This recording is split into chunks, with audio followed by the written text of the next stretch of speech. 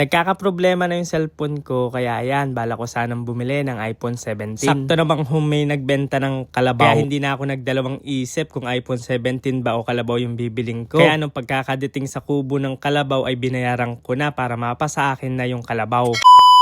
May mga video ako nang ayaw mag-play. Minsan nga kakabidyo ko pa lang ayaw na rin talagang mag-play. Puro loading lang. Panahon na yata para makapag-upgrade tayo ng phone. Matagal-tagal na kasing gayaan yung cellphone ko mga katrops. Kaya bala ko na sanang bumili mga katrops. Kaso nga laang na may dumating din sa farm mga katrops. May naalok kong kalabaw. Kaya napaisip talaga ako diyan ng matindi kung ano bibilin ko. Kung iPhone o kaya ako kalabaw. Tamang-tama na ito para sa iPhone 17. Pero teka, talaga mapagtsatsagaan ko pa naman yung cellphone ko. Kaya sabi ko doon sa nagpunta sa amin, antayin na lang ako doon sa palengke at titignan namin yung kalabaw. Kaya umuwi muna ako din sa bayan mga katrops. Ayan, kumuha muna ako ng helmet para siguradong safe tayo na makakarating na Santa Maria. Bali sa Santa Maria, Laguna kami pupunta ngayon. Dadiretso muna ako sa palengke ng Lumban, Laguna. Bumili muna ako ng candy diyan habang inaantay natin yung kasama natin na titingin ng kalabaw. Pagkadating mga katrops, diretso na agad tayo. At nandini na tayo sa Lumban Marker papunta na ng Kalayaan, Laguna. Buti na lang, napansin ko yung gasolina ko ay nagbiblink na, paubos na, baka mamaya ay makapagtulak pa kami kaya nagdaan muna ako din sa Longo sa Petron para makapaggasolina. Maya-maya lang ay nakarating na din kami ng Santa Maria, Laguna. Ilang minutong biyahe lang nakarating na tayo diyan at yan na yung kalabaw na atin titignan. Nung nakita ko yung kalabaw at tinignan ko yung ilong kung may pawis ay meron naman